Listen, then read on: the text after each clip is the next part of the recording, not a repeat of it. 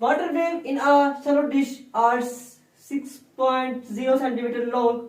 At one point, the water moves up and down at a rate of 4.8 oscillations per second.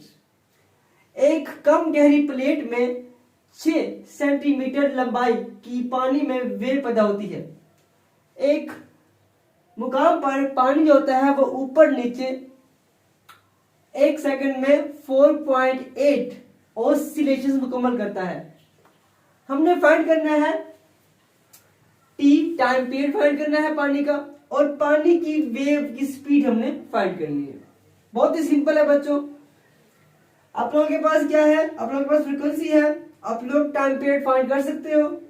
आप लोगों के पास जब ये आ जाएगा टाइम पीरियड, फिर आप लोग v फाइंड कर सकते हो, v equal to f lambda से। लैम्डा भी है आप लोगों के पास, एफ भी है आप लोगों के पास।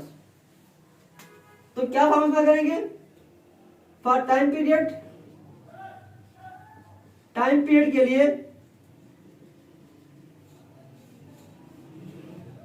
so t is equal to 1 over f, so t is equal to 1 over 4.8 hertz.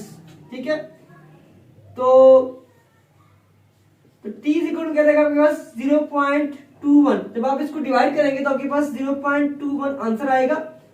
और जो हर्ट्ज होता है, मैंने आप लोगों को पहले भी कहा है कि जो हर्ट्ज होता है वो बराबर होता है 1 ओवर सेकेंड्स के, तो ये ऊपर सेकंड आ जाएगा।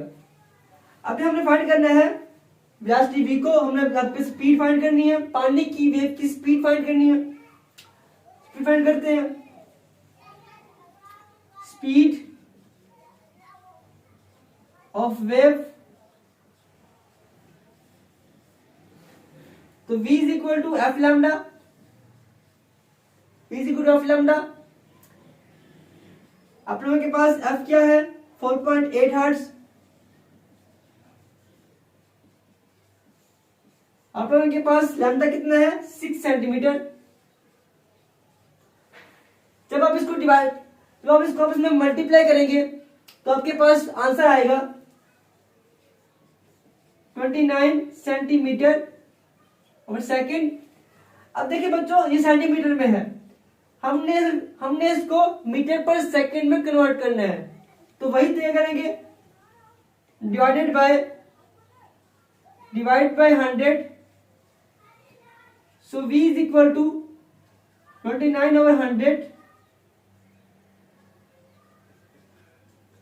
तो ये आपके पास बनने का आंसर 0.29 मीटर पर सेकेंड।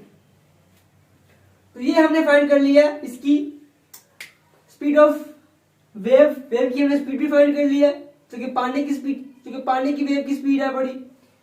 और हमने टाइम पीरियड भी फाइंड कर लिया, पानी की वेव का पीरियड भी हमने फाइंड कर लिया।